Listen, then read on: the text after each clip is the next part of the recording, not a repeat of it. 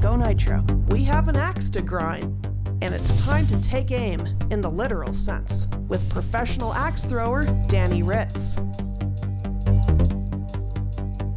We're getting in some target practice. It's one thing to watch them. It's another thing to train with them. But there's just one catch. They've had half their lives. We have half an hour. Because every athlete has a first day.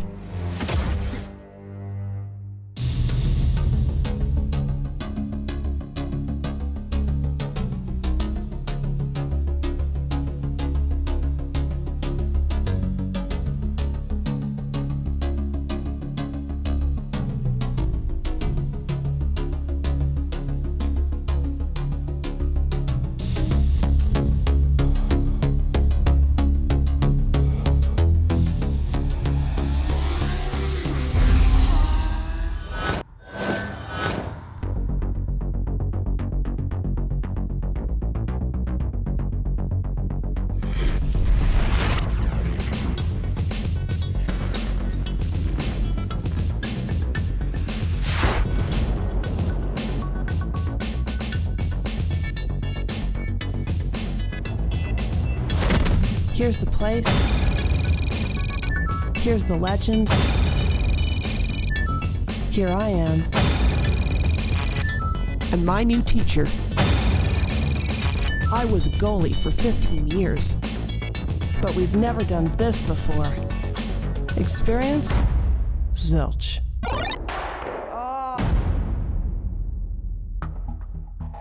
No clue how to start, less clue how to play. And neither do you when you start out. And that's the point, because every athlete has a first day. And you've just been drafted.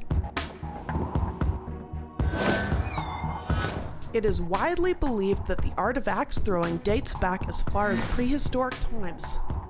And while it may seem like the concept of throwing axes at a target for sport would be centuries old, the official sport is far more recent. It may come as a surprise that axe throwing got its official status as recently as 2006. It all started when a group of friends were playing with axes in the backyard.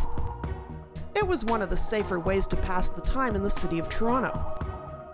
The young men soon discovered that they had stumbled upon the makings for a sport. It wasn't long after that that the National Axe Throwing Federation was born. Our professor, Danny Ritz, competitive axe thrower and manager at Lumberjacks. Let's see how we do. This is Lumberjacks axe throwing, and we're going to be throwing some axes, going over a couple different styles of axes that we have, and then get you throwing, of course. Perfect. So is there any particular type of axe for axe throwing, or can you just go to a hardware store and pick up an axe and Bob's your uncle? Definitely can pick up any kind of hardware store axe. There are some perks and disadvantages to which ones you do buy, but you can take it from simple $15, $20 axe all the way up to really the sky's the limit on customization on what you want to do, whether it's handle, designs, the whole 9 yards on that.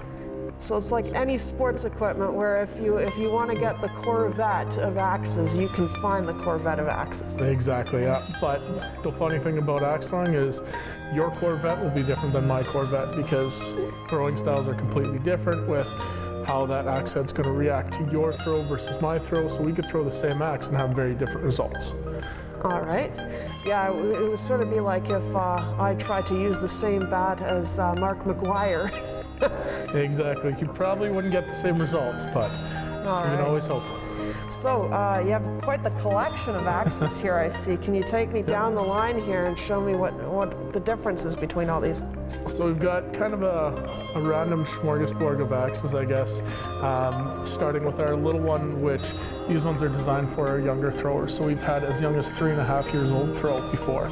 Oh, wow. So it's something that, it's a lighter axe, a lot more head weight, and the thinner handle, so it's easier for them to hold on to and at least get the throw going. And then kind of our shop axes that we do sell, they're branded to us, and then They're nothing too special, but you know what? They get you in the door. It's just like buying your $50 pair of hockey skates. Gets you on the ice, gets you moving. And then from there, it's kind of a random collection of different types of axes, whether it's exotic woods. Even after modern weapons took over, the throwing axe never completely lost its appeal and found a new lease on life at lumberjack competitions before becoming an official sport in the 21st century. When you compete in axe throwing, the point of the game is to hit the bullseye of the target, similar to darts. From there, it's kind of a random collection of different types of axes, whether it's exotic woods, to different skate veneers, and different styles of heads. So each different head will have a different style of throw that goes with it, and then depending on who your thrower is, they might be comfortable with one, whereas thrower right next to him hates that axe but loves a different one. So they're very, very individual, as you can see, just based on handle design profiles, and then of course color choice and everything along those lines too. So I'm looking at this looks like it has quite a curve to it. I'm going to not slice my hand open there. And then compared to, and then this one, I'm just going to look at them like that. There's an unbelievable difference in curve there. So what's the difference between that? Is there an aerodynamic difference? So what would be the benefits to each one of these? Ultimately, it comes down to a thrower's preference. Some people, they do like these. They're a cold steel competition thrower, and with having the flat-faced blade, sometimes they're going to stick in a little bit nicer. These ones are more designed for kind of the toe in, so right getting just that tip of the axe blade in is more beneficial. Whereas these ones with the plumb, these are actually a vintage head that are a little bit more difficult to find. They're more designed for somebody that's a little bit stronger of a thrower, where it's a lot less action and wrist movement into it, whereas the comp throwers, they're a little bit more of a flick that you need, a little bit more power you need to put into them. But it all kind of depends again on your throw. I've got some throwers that they absolutely love this style of axe. They stick in really well, don't take much work. These ones have a little bit more of a difficult throw to kind of get your head behind, and once you're able to master that throw, for me personally, this is the one that I throw currently competition-wise, and I wouldn't go to any other axe. So it all depends on your throw. Our scoring is pretty simplistic. The black ring is worth 5 points, the red ring is worth 3, and then the blue ring is worth 1. Now, they're all a little bit different than most targeted sports, because when you throw an axe and you just barely crack that 5 ring, it's actually worth only 3 points, because we run majority of the axe blade. So when you're sticking into the axe, you have to have at least 50% of the axe blade into the higher score for it to count for you. So just barely touching that black ring, unfortunately doesn't get you that higher score. But if you're all in that black paint, it works in your favor. So every time we measure, it's from the outside of the paint ring to the outside of the next paint ring. So you're always going to get that paint working for you when you go to score an axe. The only difference are these top 2 green dots. They're kind of your Hail Mary throw. So when you're throwing, if you're down by 2 points, you need that extra little bit of jump up. That's what these 2 guys are called. They're called a clutch. And they're your high risk, high reward. But these ones you just barely have to touch. Even if it's just breaking the paint by the smallest amount, you'll still get that 7 points. Here's the catch to it though. If you call for a clutch throw, you have to call it before you throw. The rest of this target is nullified. So if you call clutch and you hit a bullseye, fortunately that target is now worth 0. So it's a pretty 0. So this is like 8-ball in the corner pocket. Exactly, yeah. You call what you're going for, but it does give you that little bit. So if you're down by a couple points, you can still at least make up that throw by hitting one of these clutches. Awesome. All right, so let's get down to business. Show me how you throw an axe. Sounds good. Give you that one there. All right. So we'll start off with these ones. Nothing too special. So the black line is a reference line for us right now. When it comes to competition, it does have a little bit of more intention behind it. But are you right-handed or left-handed? Right-handed. So right hand goes on the base of the axe, left hand right on top. So that left hand is just there to stabilize. It's not touching the axe at all. You're gonna set up with both your toes right at the back edge of that black line, and you're gonna have the center of your chest lined up to that bullseye. So if I were throwing on this target, I'd be set up very much the same, axe out in front of your eyes. When you go to throw, it's up over top of your head to the middle of your back, pretty much just to the base of your neck.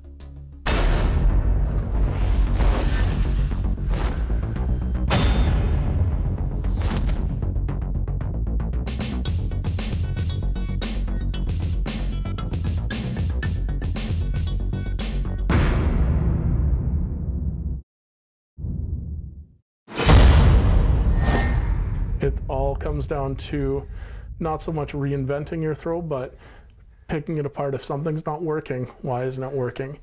And then just seeking out kind of different people within the sport. There's throwers all over. It's such a good community of people where, for me, it's not even the competition that keeps me going. It's the people, it's the love for the Axe family. We're all here supporting each other. I've got friends all over the States, all through Canada. If I travel to Toronto, I don't even really need to stay in a hotel because I've got people that are willing to put me up for the weekend or anything like that.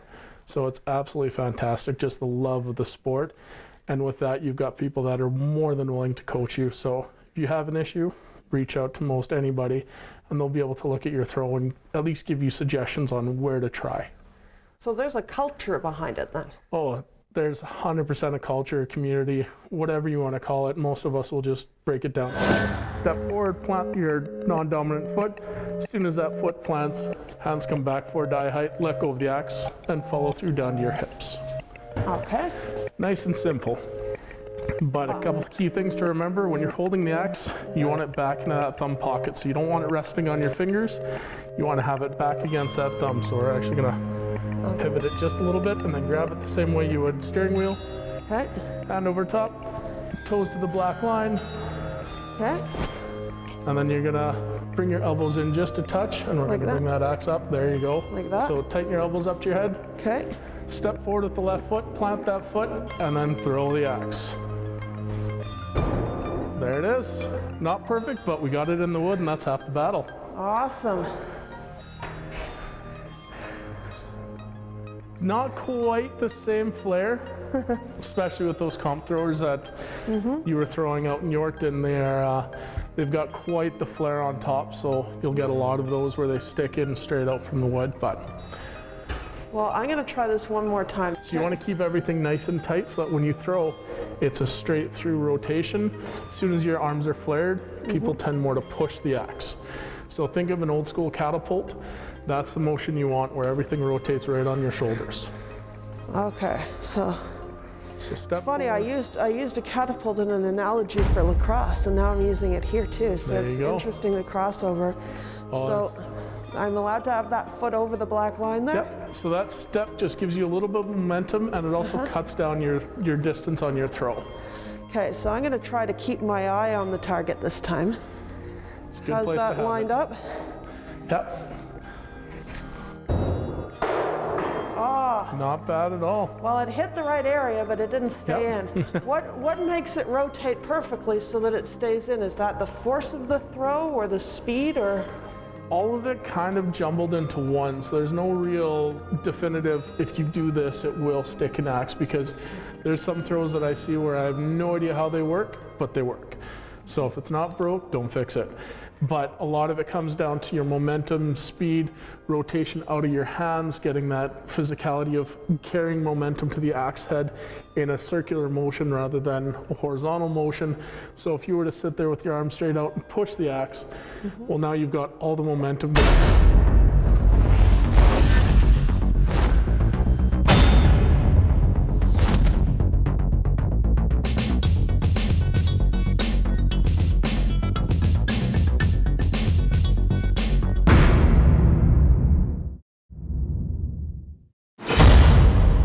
One-handed throw, all we're doing is we're going to drop away that left hand. Your wrist, elbow, and shoulder are going to go into a line. So instead of being in front of the center of your mass, you're in front of your right shoulder.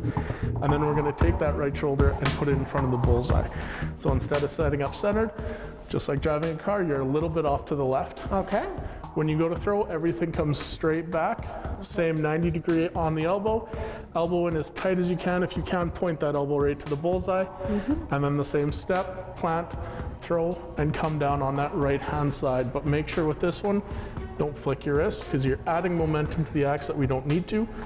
The axe will do all the work for you.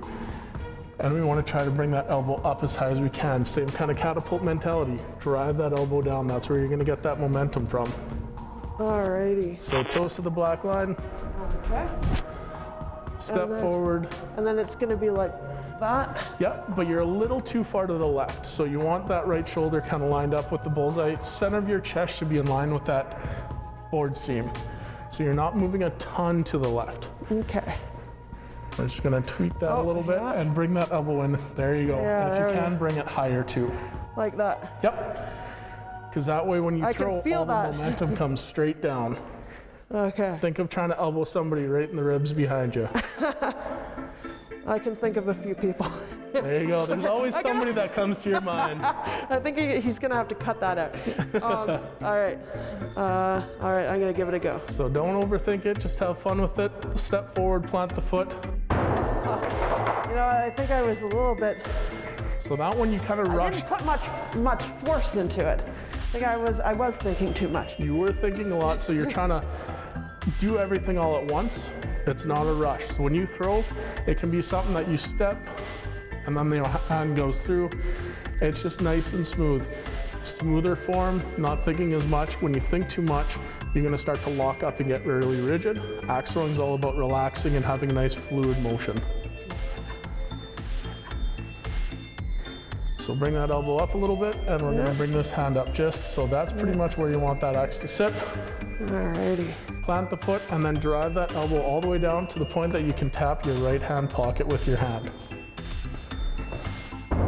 There it is. Okay. So you rushed it a little bit again. Yeah. You kind of stepped and tried to throw as quick as you could.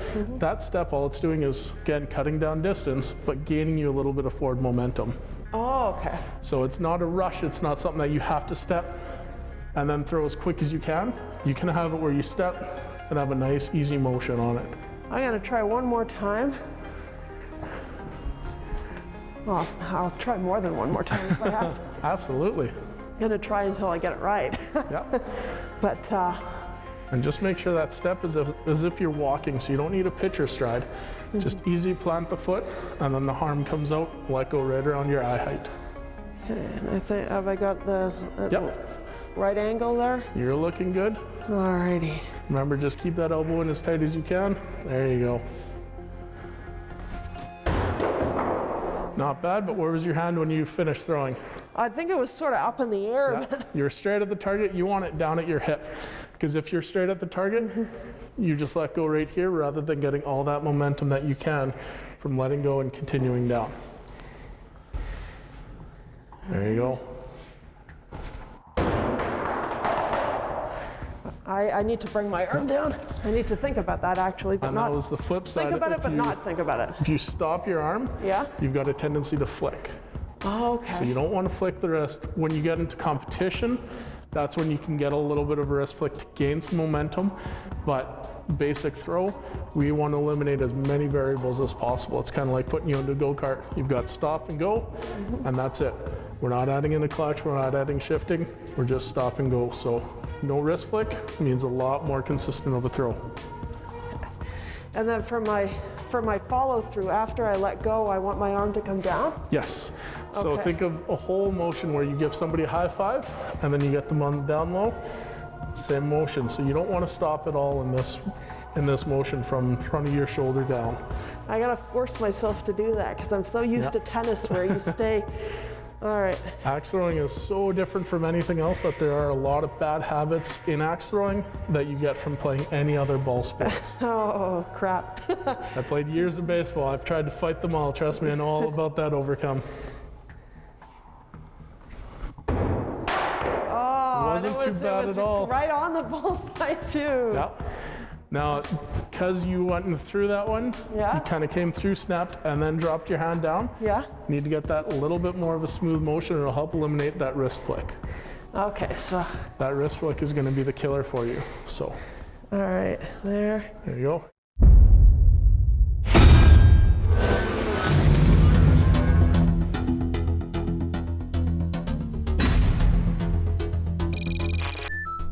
While it was once merely a tool for survival, with origins going back as far as recorded history, the axe evolved into a weapon of war. Throwing of axes became a skill that many learned and practiced for self-defense, during times when proficiency with a range of weapons meant life or death. The technique for wielding battle axes is said to have had its beginnings in the 3rd century AD and was perfected by the Franks. Named after its developers, the Francisca axe would continue to gain in popularity, not only as a combat weapon used for long and short range assault, but also as a hunting aid. Widely utilized and mastered by many throughout the Middle Ages, it didn't take long before the number of cultures around the globe took a shine to the axe. Only on Go Nitro. The show doesn't end here. Visit us online for your fix at gonitro.tv. You can follow us on Instagram, subscribe to our YouTube channel, and you can tweet us on Twitter. Go Nitro Access is brought to you by Melville, Saskatchewan. It's bigger on the inside. Aviva Canada. Salon services for Go Nitro provided by ID Hair Studio. Hair for who you really are.